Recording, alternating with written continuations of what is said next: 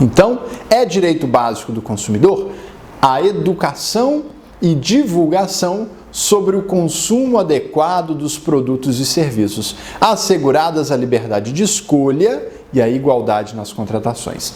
Gente, esse inciso segundo, em certa medida, dialoga com o inciso primeiro. Por quê? Na medida em que o CDC busca assegurar para o consumidor o acesso à informação clara, objetiva, adequada, ele também está protegendo o consumidor de riscos à sua saúde, à sua vida e à sua segurança. Só que esse inciso ele vai muito além. Esse inciso traz a concretização da ideia de que a relação de consumo normalmente é uma relação desequilibrada por uma assimetria de informação, onde, de um lado, nós temos um fornecedor que é ou deveria ser profissional na atividade que desempenha. Então ele tem uma expertise, um conhecimento diferenciado, técnico especializado, que o consumidor normalmente não tem. Normalmente o consumidor é um leigo, buscando ali a ajuda de um profissional. De um profissional na venda de veículos, de um profissional em serviços médicos, de um profissional na corretagem de imóveis. E aí, o que esse inciso segundo traz, como direito básico à informação, é a tentativa de mitigar um pouco essa assimetria de informação, dizendo o seguinte: olha, na relação de consumo, o fornecedor tem um dever qualificado de informação.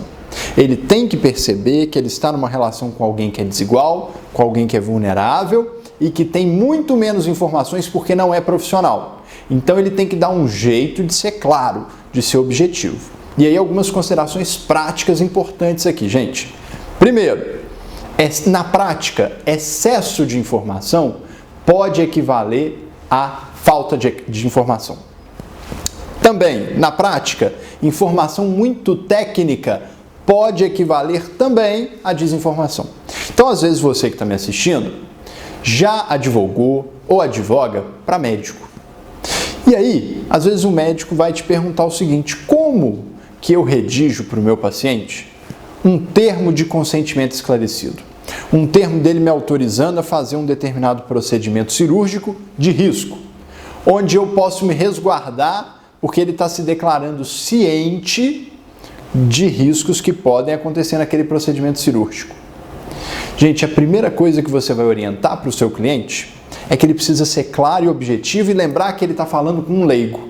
Então, se ele fizer um termo de consentimento esclarecido só com termos técnicos, esse termo pode não ter validade, para fins de exonerá-lo depois de uma eventual responsabilização, porque o consumidor pode depois arguir que ele não estava ciente de fato dos riscos envolvidos, porque ele não compreendeu, na linguagem dele, de leigo, os riscos envolvidos naquele procedimento. Então é muito importante que a linguagem seja acessível. Do mesmo modo, pode ser que você que esteja me assistindo seja advogado de alguma empresa de tecnologia, de uma startup que está lançando um produto digital e que quer ali que você elabore para ela o termo de condições de uso daquele produto, um termo de adesão digital. E aí não adianta, por mais que o produto que ela comercializa, que o aplicativo que ela cede a utilização, não adianta que mesmo ele sendo muito complexo, ele sendo um serviço extremamente complexo e detalhado, não adianta você fazer um termo de uso, um termo de condições de uso de 500 páginas, com letrinhas desse tamanhozinho, cheio de informações técnicas. Por quê? Porque o excesso de informação também pode equivaler a não informação. Muitas vezes não se nós imaginarmos a quantidade de contratos que nós celebramos por dia, é muito razoável que alguém diga que não leu aquele contrato de 500 páginas, ou que começou a ler, mas não entendeu, caiu no sono, não entendeu o que estava escrito. Então, na hora de garantir para o consumidor uma informação qualificada, que garanta a mitigação da sua vulnerabilidade, é muito importante que o fornecedor se preocupe com esses dois detalhes.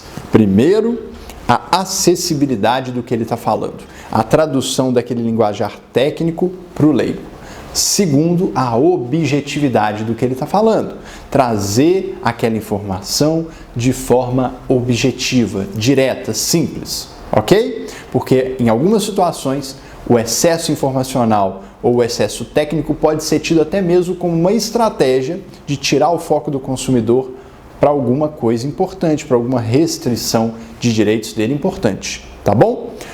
Outro desdobramento prático importante desse inciso segundo acontece no comércio. Nós temos legislações que vão tratar sobre a precificação. O próprio CDC vai trazer algumas regras sobre como que a precificação para o consumidor deve ser feita. E aí vocês vão ver regras que dizem que o preço para o consumidor ele deve estar sempre exposto de forma clara e objetiva. Se tiver parcelamento, tem que ter a previsão para o consumidor de quanto tem de juros, qual a soma final total que ele vai pagar para que ele não seja enganado se ele não conseguir fazer ali um raciocínio matemático rápido. Não pode empregar em vitrines de lojas palavras em língua estrangeira, tem que ser em língua portuguesa.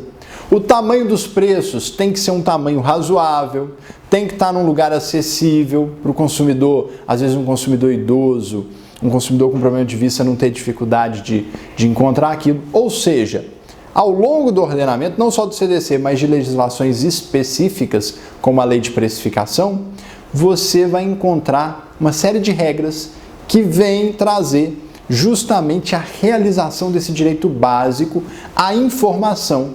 A informação sobre a forma de utilizar aquele produto ou aquele serviço, a forma de adquirir aquele produto ou aquele serviço, ao preço daquele produto ou daquele serviço, porque vocês viram aí que o inciso segundo fala inclusive em tutelar a livre escolha do consumidor, não prejudicar a livre concorrência, não ludibriar o consumidor, permitir ele escolher dentre as opções que ele tem o produto que é melhor para ele. E ele só vai conseguir fazer isso se ele tiver as informações adequadas e claras sobre como funciona cada produto, não é isso? Então, muito cuidado na hora de assessorar o seu cliente nesse aspecto, né? Ou também na hora de assessorar o consumidor para verificar se ele realmente teve ali um consentimento esclarecido, se ele entendeu o contrato, se ele leu o contrato. Olha, hoje tem empresas que, para poder atender um pouco mais essa questão da informação qualificada, estão fazendo o seguinte: na hora que o consumidor vai contratar, a atendente lê para o consumidor o contrato todo, cláusula por cláusula, e grava ela lendo para ele dando ok, ela perguntando: você compreendeu isso aqui? Você entendeu isso aqui? E ele dizendo sim, grava. E já aconteceu, deu ajuizar a ação pelo consumidor e a empresa trazer essa gravação, dizendo: mas ele foi informado, na hora nós lemos para ele, perguntamos se ele tinha entendido, ele falou que sim, se ele concordava, ele falou que sim. É claro, gente, que se tiver ali uma cláusula abusiva, a concordância do consumidor não vai ter o poder de transformar uma cláusula abusiva numa cláusula lícita. Mas para efeitos de dever de informação, isso é uma estratégia interessante. Essa é uma estratégia muito interessante, tá? Então, essas são algumas formas de concretização desse direito básico à informação, tá bom?